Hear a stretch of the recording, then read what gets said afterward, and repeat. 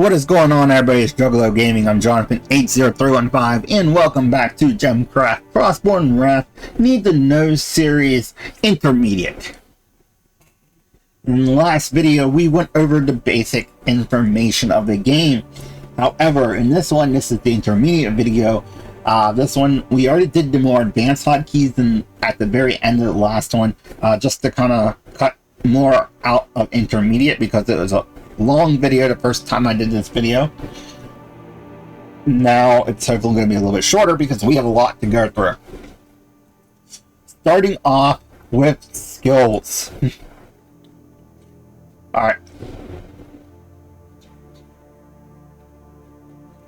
There are 6 different skill types.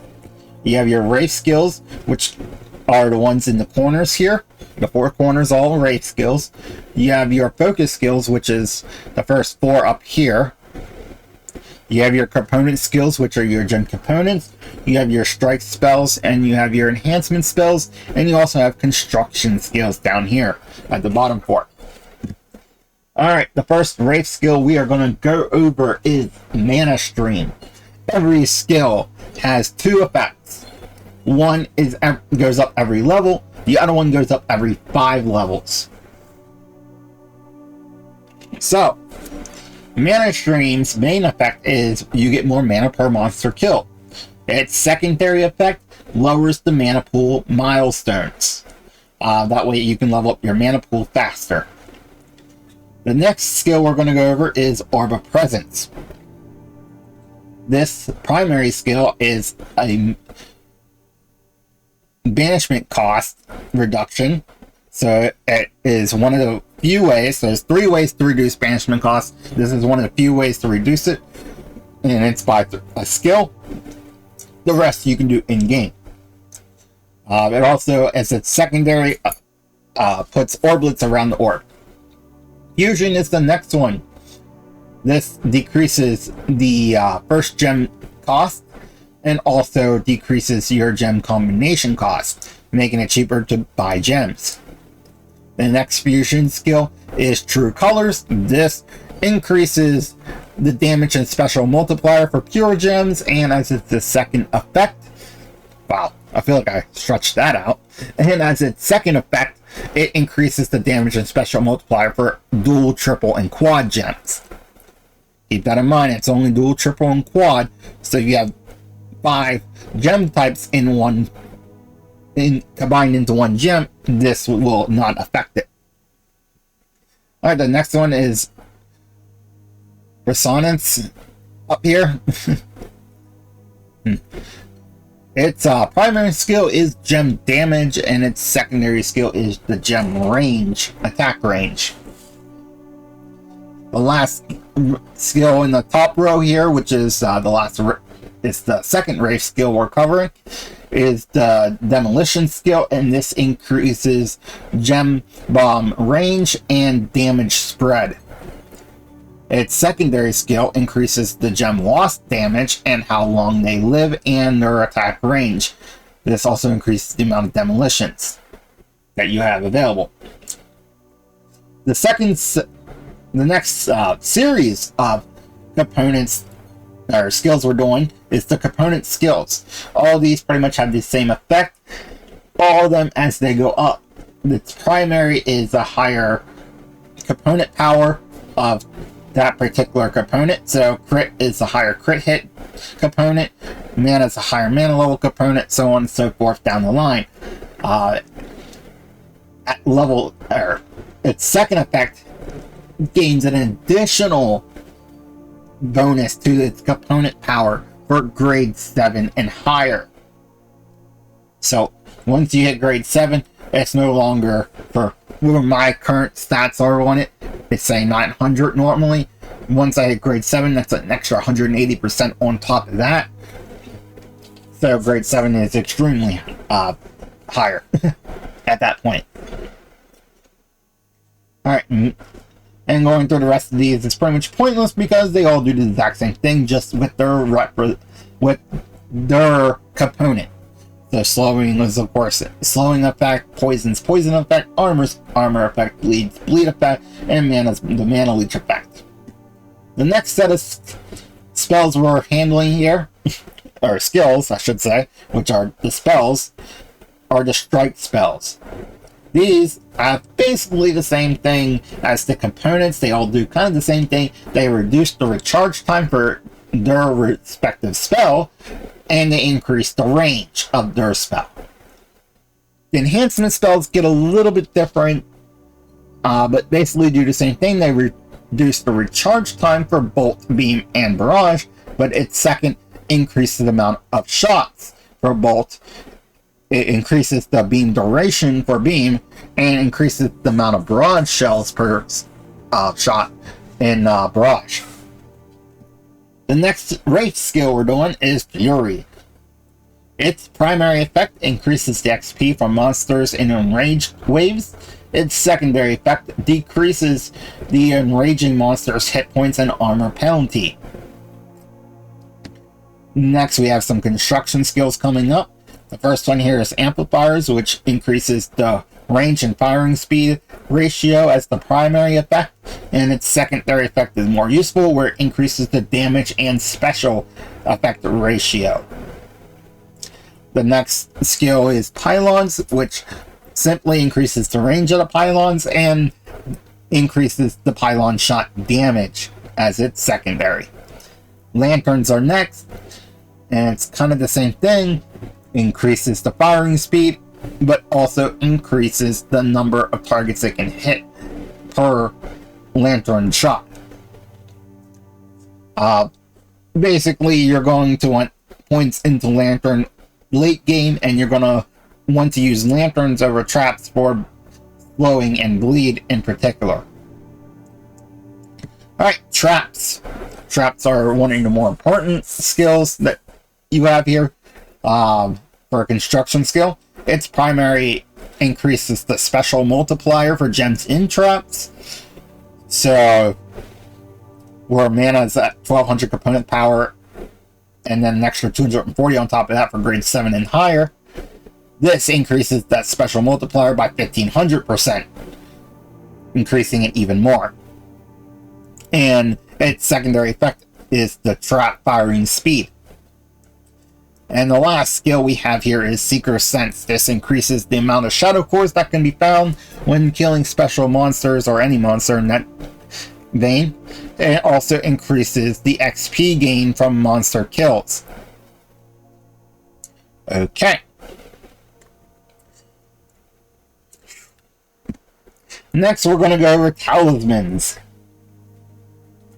Talismans are going to be pretty quick here. The main aspect of a talisman, of where you want to place everything, is if it's the same symbol, you want it to go across, and you want different symbols up and down on the vertical. What this does is it increases your initial mana and your mana at the start of each wave. Basically, the two bonus stats you see at the very bottom of this list that are in light blue. That is caused by putting the symbols in the correct spots. If you want the initial mana bonus, that would be the horizontal going across being the same symbol, and the mana at the start of each wave is judged by the vertical or different symbols in the vertical slots. And then you also have your shadow cores here. They have their own hotkeys. You can use upgrade fragment to put at a higher level and get a lot more of your effects on that particular fragment.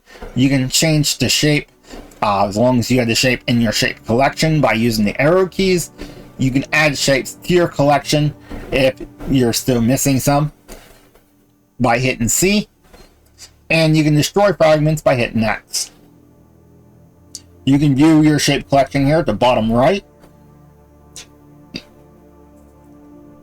You can see the fragment's rarity and level by hovering over the second one. The hotkey for that is actually control, so you hit control, you can see all of it. And then the bottom left one here is a total of all your skills that you're getting from Talismans. You can undo any changes, and then there's the Clerks. Alright.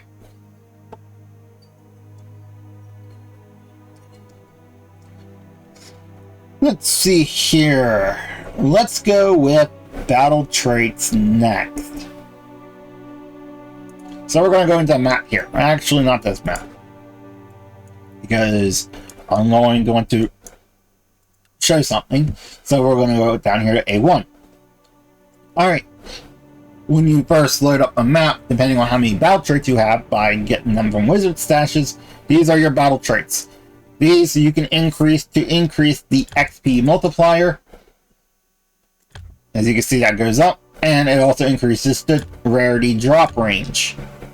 This is your talismans that can drop in the battle. This is the range that they'll drop between.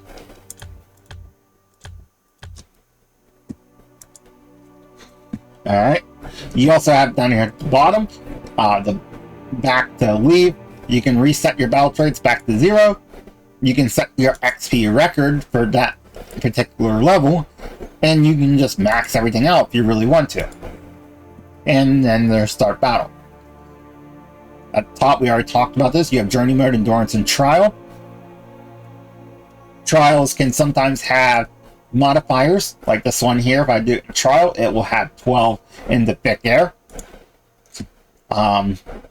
You also have this plus sign right here at the very top. This increases your talisman's drop rarity by 10, pretty much making this blue and showing that the next talisman fragment I get will be between 85 to 100 plus 10. So this will actually be anything from 95 if it would drop at the lowest 85 to 100, because it can't go above 100.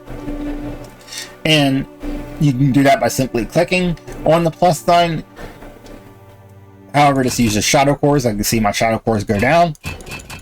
And you can hold control and click to take your talismans back and to make that go back to normal if you don't want to spend talismans. Alright, we're going to go over these battle traits now. So the first one here is Adaptive Carapace. This, after each shot is taken, monsters gain a damage reduction. Dark Masonry we will cover here in a little bit. This is going to be the last one we cover, due to the fact that I want to show something with that. Swarmling Domination.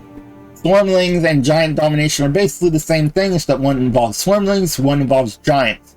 Both of them turn a percentage of the Reaver monster tiles into Swarmlings or Giants, depending on your poison there. However, the difference is that Swarmling Domination, the Swarmlings get faster and they have less of a negative effect duration, which means when they get hit with slow, they're not going to be slowed as long. Giants, however, gain armor and more hit points. Overcrowd is the next one, which is the amount of monsters that arrive on the battlefield. You also have Corrupted Banishment. This one you have to be careful of.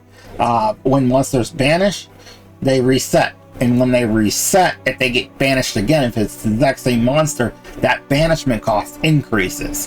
What Corrupted Banishment does is makes the banished monsters gain a percentage of their hit points back, and increase their max hit points, and increase armor, and give them shield. So quickly a monster can become unbeatable if you're not careful. Awakening is the next battle trait we're going to talk about. This one makes monsters have a hit point increment per wave. So like right now with 0 points in it, or with 1 point in it, they're being increased at 17%. Once you get up to 12%, every wave will have a 2% hit point increase, making the waves a little harder as you progress. This is particularly challenging on Endurance, because Endurance, as you beat Endurance, you gain more waves. I'm at 553 waves. You can imagine what a 2% will do once you hit about 2,000, 4,000 waves. Alright. The next thing we're going to talk about is Installation. Installation, every monster enters with layers of shields, up to 12. Hatred is just a hit point increase for every monster. Swarmling Parasites is when you kill a monster, it drops 2 Swarmlings, and yeah, it's always 2 Swarmlings, and they get an increase of hit points based on what monster you killed. So if you killed a giant that had,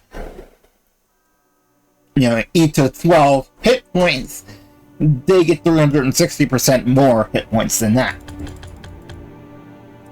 And that makes them tough Swarmlings. Haste. Haste simply just makes the wave stones faster. Kick Air is a damage reduction as well. Basically, the first one there is half hits. So basically, you have to hit them twice to do the amount of damage you would normally do. This gets up to a 1 in 24 at maximum. So you would have to hit them 24 times to do the damage of 1 shot. Vital Link is the next one we're covering, and this one, when a monster enters the battlefield, it gets 3% extra hit points for each monster waiting to enter. So if you have 1200 waiting to enter, 3% increase of hit points for every monster, that can stack up very quickly and increase the monster's hit points. Giant Domination we already talked about. Strength in Numbers is the next one.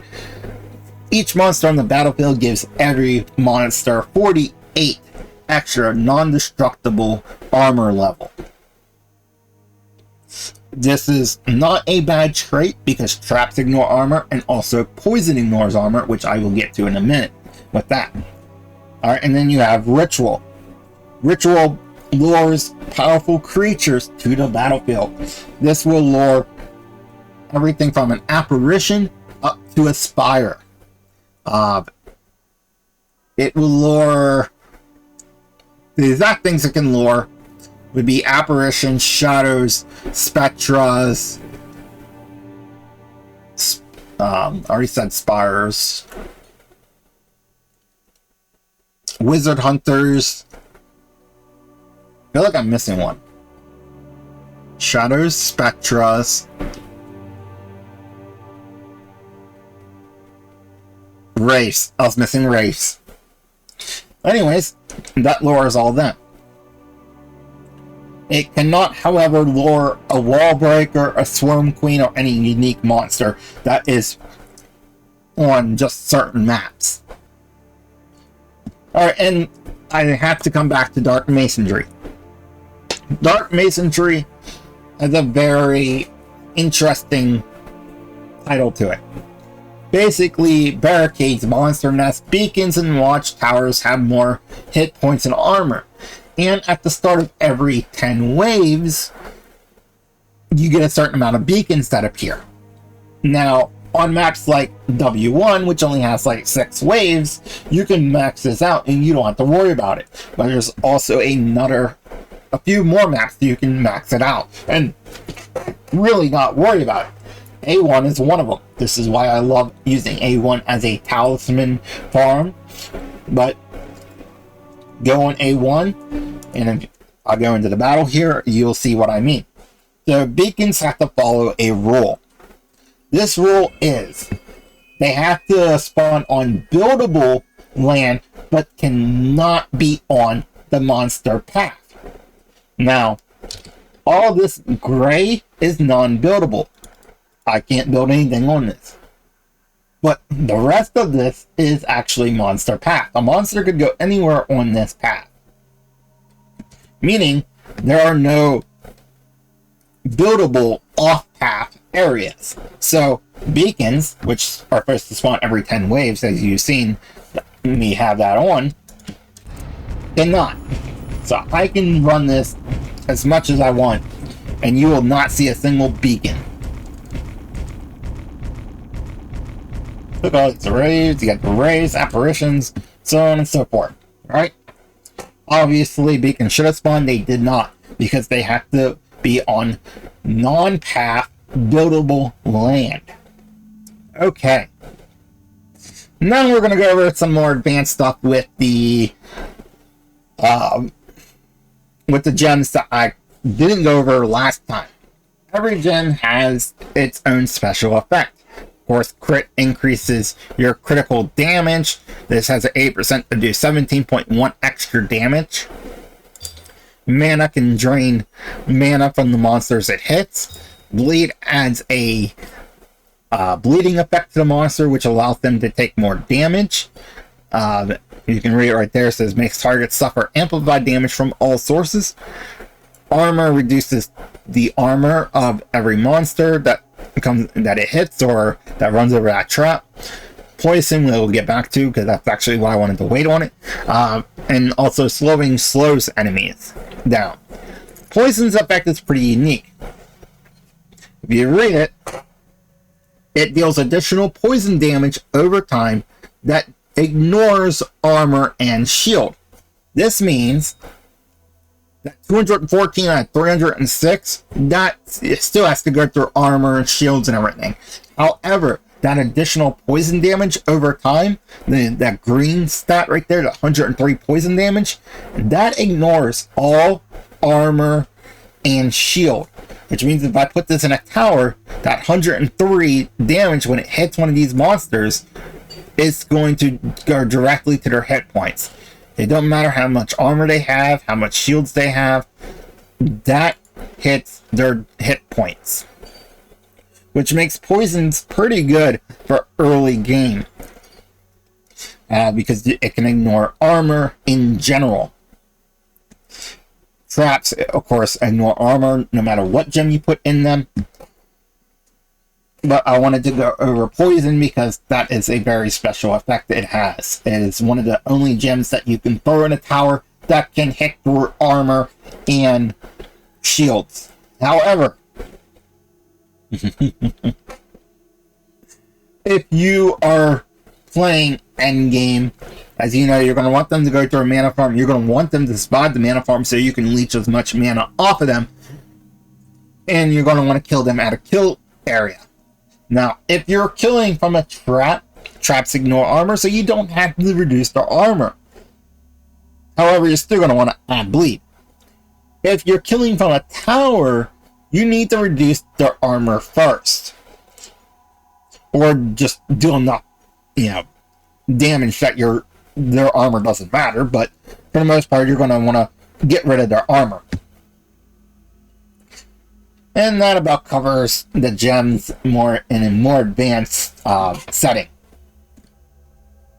We will go over that more once we talk about setting up mana farms and talisman farming in the advanced section. Alright, let's see here. Look at my list.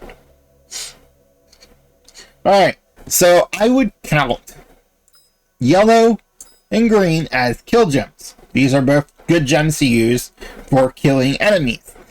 However, the other 4 gems I would consider utility gems. Their real effects are literally to reduce armor, to make them take advanced or more damage, to leech mana, and to slow them down. They really aren't meant for killing.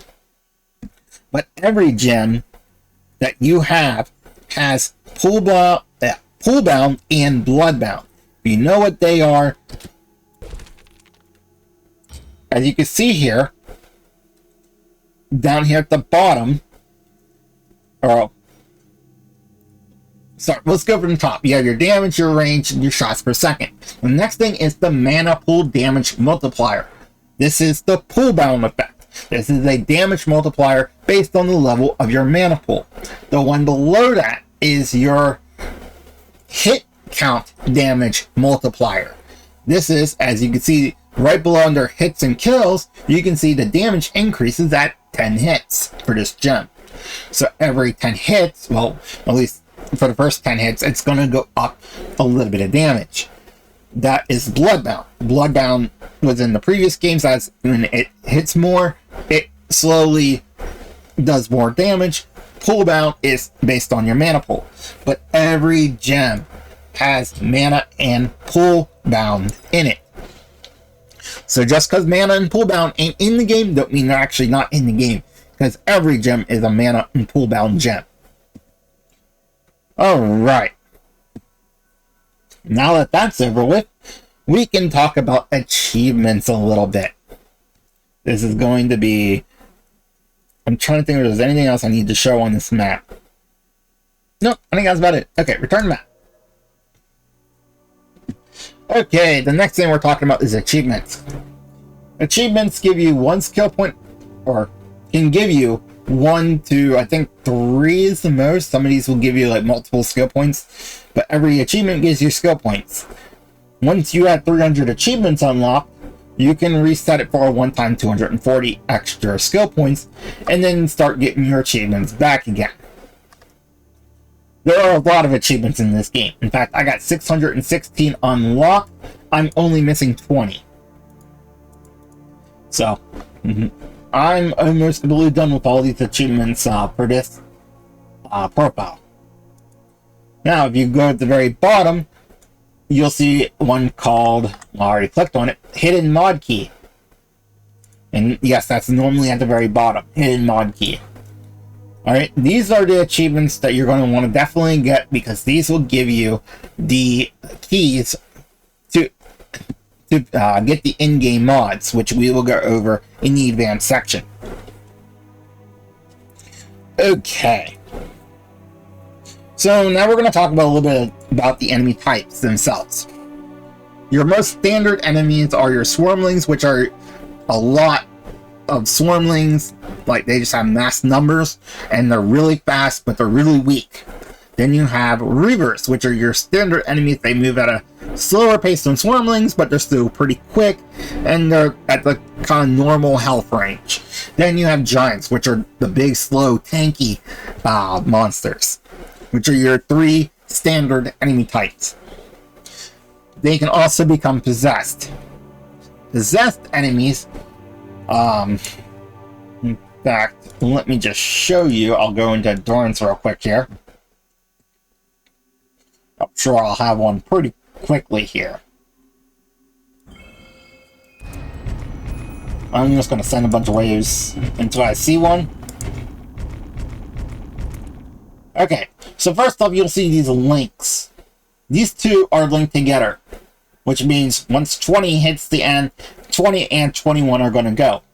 That ain't possessed. I just wanted to point that out since it's there. Alright, right here is a possessed swarmling. Or marked swarmlings, if you want to call them marked. I call them possessed. These have extra effects. You can see there at the bottom, these swarmlings have an extra 2,382 hit points. Let's keep going, because there are multiple effects. Here we go. This is the one to really watch out for. Right here on 38. You see them 3 line marks? You're in trouble. This is what is a mana burn possessed monster. Instead of taking out 261, which is their normal banishment cost, they're also going to burn 2.2% of your total mana. So the more mana you have, when they go through, the faster it's going to drop. And this can get extremely dangerous. Okay, and that is possessed monsters. Special monsters we already covered, but let's go into more detail about them. So the first special monster, an apparition, does absolutely nothing. Kill it because it gives a lot of XP, or a lot of mana usually. But they're the white birds that fly around, and they're pretty worthless. The next one is a wraith. Wraiths, when they fly around, make the monsters take less damage. The next one we're going to cover is a Spectra, which is the pink monster that flies in. That will target one of your towers or lanterns and pull and try to take the strongest gem you have. It always goes towards the strongest, and because it's flying, it cannot take any that are in traps, because traps are in the ground. Next we'll talk about the spires. Oh no, wizard hunt. We'll talk about wizard hunters next. Wizard hunters come in and they will attack at random towers, destroying it. They're basically a destructive force. Shadows are the next biggest threat, and honestly probably my most hated enemy of the game, because they'll do multiple things. They'll give the enemy shields, they'll take away your spells, they'll attack your orb, they do a lot of crazy stuff. They'll drop swarmlings on you, and yeah, they're just nasty creatures. The next one is the Spire. This thing is just a flying fortress that just slowly heads towards your orb. If it hits your orb, it's instant game over. Alright, and that about wraps up all the special, possessed, and more common enemy types. Now, the one thing I'm going to mention next is when you are doing a map, really pay attention to how you want to route enemies. Like, I want all of them to come in right here through this spot. I want to leave 2 spots open so I can put traps down. And really think about how you want to maze. And take them back and forth. And keep in mind that if you maze correctly, once it gets to the end, some maps, you'll be able to reverse the pathing. Say if these 2 are connected right here, I could block this off. Once the monsters get clear over here, I can block this off and open up this path, and now all them monsters have to circle back on themselves. To reversing the path can stall for time and allow you to win a map that you normally wouldn't have won. Keep that in mind. On certain maps, you'll be able to reverse them, and try to think about how you want to actually path them. Alright, next we're going to talk about Gem Bomb and Gem Wasps. Try not to use Gem Bomb and Gem Wasp. I say this because every Gem Wasp that's on the screen, you Gem Bomb, all these Gem Wasps, the game has to constantly calculate, is there a monster close enough for them to hit? How much damage are they doing? So on and so forth. They can really create lag if your computer cannot handle it. However, in larger mana farms, you will want to use a Gem Bomb of, a bleed gem at least. And as you can tell, my range is pretty big. Basically, if I Gem Bomb right here, if I had a bunch of enemies on the screen, and I Gem Bombed right here, every monster within that circle will automatically get the bleed damage, the special of the bleed gem, applied to them, making it very useful for high endurance runs. Next, we're going to be talking about buildings on certain maps. I know, we got a lot to go through, which you really can't do on this map. This map is kind of trash for that. I mean, I had a wizard stash, that's about it. Okay. First, we're going to talk about tombs, because I'm going to go into E5 here. Tombs, you have to be very careful opening. You do not need to open a tomb to beat the map. However, every tomb, if you highlight over them, will tell you how much hit points and armor the tomb has for you to crack it open, and it'll tell you how many monsters are inside.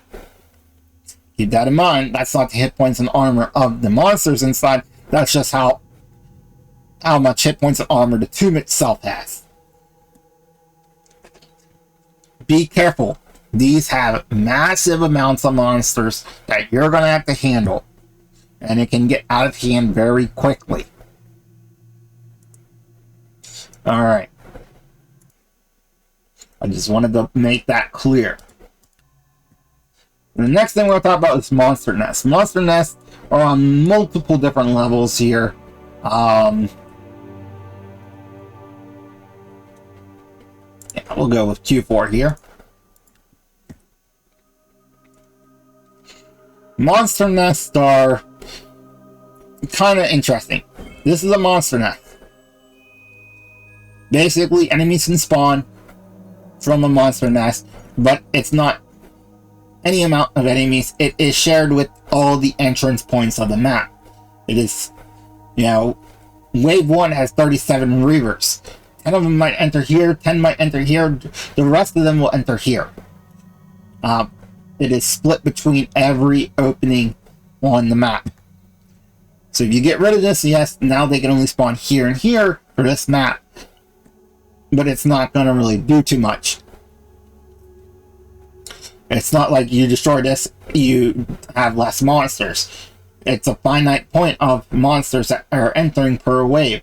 Wave 1 for this particular map has 37 monsters. Destroying this right now ain't going to change that number. There's still going to be 37.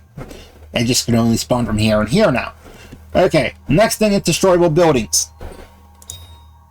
These abandoned dwellings you can blow up. If you highlight over, it'll say what you need to blow it up. However, I only got 62 mana from that. And I spent 171 just to create that gem. Wasn't worth it. These are never worth it in Frostborn Wrath. Don't even worry about blowing them up unless it's in your way for you and you want to build there. However, the drop holders, this one is a hexagonal chest right here. If you highlight over them, like this one here, it's a basket. But they are still drop holders. If you highlight over them, it'll tell you how many times you have to shoot with bolt, or in general, just tell you what you need to do to open it. But this requires bolt shot. I'm going to put a bolt on here. And there we go. You can see I got a grade 4 out of that. These can drop mana, like a lot of mana. They can drop you gems. They could drop you, I think, experience and I already said mana. So experience, mana, gems. I believe they could probably drop Shadow Horse too. They can drop a lot of different things there. They are definitely worth opening. If you see a drop holder, you might want to open it. And that covers pretty much all the buildings that are on standard maps. The tombs, the monster nests, destroyable buildings, and the drop holders. There are a couple unique buildings that we're going to talk about. And they are on certain maps. Just like there's unique monsters like that Wall Breaker, the Swarm Queen, the Guardians, the Gatekeeper, which is the final boss down there. There are maps that have unique buildings. Like, let's do OK1. This has an item called the Watchtower. Basically a tower that kind of acts like a wizard hunter, but it also destroys monsters, or your gems, or towers. Y1 has a sleeping hive. You can shoot at to disturb the hive and spawn swarmlings. T4 has a swarmling nesting ground. I forget what it was called. I can look at the journey notes to find out, but and that just randomly spawns white swarmlings. These are unique buildings. Usually you can't destroy them. The Watchtower you can destroy. Also, there's a this one I will have to go to journey notes for.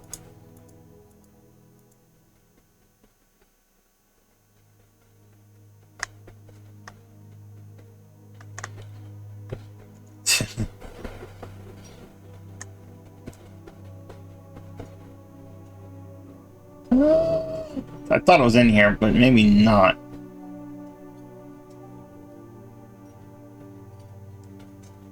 And I can't think of the name of it to save my life. But no, it's just that talks about different things that are on the map. So, and I saw something that was in there, and it's a jar of wasps. You can also, I believe there's a map with a sealed gem in it that you can break open to get that gem. You can break open jar of wasps for free gem wasp. W2 has, or not W2, W3 has a thing that you can shoot to create gem wasps, so on and so forth. There's multiple things that are unique, throughout the game, but you don't have to worry about that. Alright, and I already talked about beacons. So, for the most part, that covers the intermediate. Thank you for watching Gemcraft Frostborn Wrath Needs a No series, the intermediate, and I'll see everybody next time for the advanced section of this guide.